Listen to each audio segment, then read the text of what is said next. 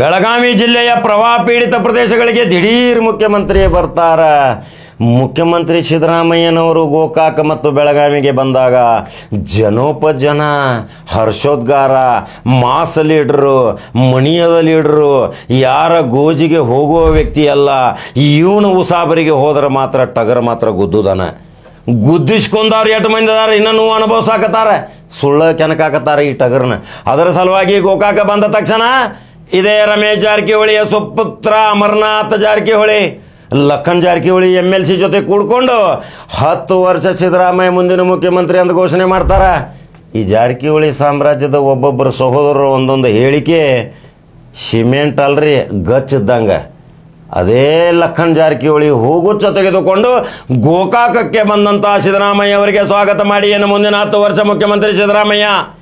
Mass leader ಸಿದ್ದರಾಮಯ್ಯನ ಮೇಲೆ ಜಾರಕಿಹೊಳಿ ಕುಟುಂಬ ಎಷ್ಟು ಪ್ರೀತಿ ಐತಿ. ವಿರೋಧ ಪಕ್ಷದಲ್ಲಿಯೂ ಇದ್ರೂ ಸಹಿತ ನೇರ ಸಂಬಂಧ ಇಟ್ಕೊಂಡಂಥ ಈ ಜಾರಕಿಹೊಳಿ ಸಾಮ್ರಾಜ್ಯ ಸಿದ್ದರಾಮಯ್ಯ ಅವರ ಅಭಯಹಸ್ತದೊಂದಿಗೆ ರಾಜಕಾರಣ ಮಾಡ್ತೈತಿ. ಬಾಲಚಂದ್ರ ಜಾರಕಿಹೊಳಿ ದಿಢೀರ್ ಬಂದು ನನ್ನ ಕ್ಷೇತ್ರದಲ್ಲಿ ಬಹಳ ಮುಳುಗಡೆಗೈತಿ, ಜನರು ಪ್ರವಾಹ ಪೀಡಿತರಾಗಿದ್ದಾರ, ಮನೆಗಳನ್ನು ಕಳ್ಕೊಂಡಾರ, ಆಹಾರ ಧಾನ್ಯ ಗಂಜಿ ಕೇಂದ್ರಗಳಲ್ಲಿ ನೆನೆಸ್ಯಾರ. ಸಿದ್ದರಾಮಯ್ಯ ಅವರೇ ಪರಿಹಾರ ನಮಗೂ ಕೊಡ್ರಿ ಅಂಥೇಳಿ ಯಾವುದೇ ಪಕ್ಷ ಭೇದ ಮರೆತು 3 ಸಹೋದರರು ಭೇಟಿಯಾಗಿ ಮುಂದಿನ 10 ವರ್ಷ ಸಿದ್ದರಾಮಯ್ಯ ಅಂತೇಳಿ ಲಖನ್ ಜಾರಕಿಹೊಳಿ ಘೋಷಣೆ ಮಾಡಿದ್ರೆ ಚಾಕಾಕತ್ತ ನೋಡ್ತೀರಿ. ಹಂಗಾದ್ರೆ ಕರ್ನಾಟಕ ರಾಜ್ಯದಲ್ಲಿ ಯಾರ ಮುಖ್ಯಮಂತ್ರಿ ಇರಬೇಕು, ಯಾರ ಮುಖ್ಯಮಂತ್ರಿ ಇಳಿಬೇಕು, ಯಾರ ಮುಖ್ಯಮಂತ್ರಿ ಆ ಕುರ್ಚಿಗೆ ಹೋಗಬೇಕನ್ನುವ ದಿಕ್ಸೂಚಿ ಇದ್ದಂಥ ಈ ಗೋಕಾಕ ಸಹೋದರದ ಒಂದು ಸಾಮ್ರಾಜ್ಯ ಒಂದು ವಿಚಿತ್ರ ಅಲ್ರಿ.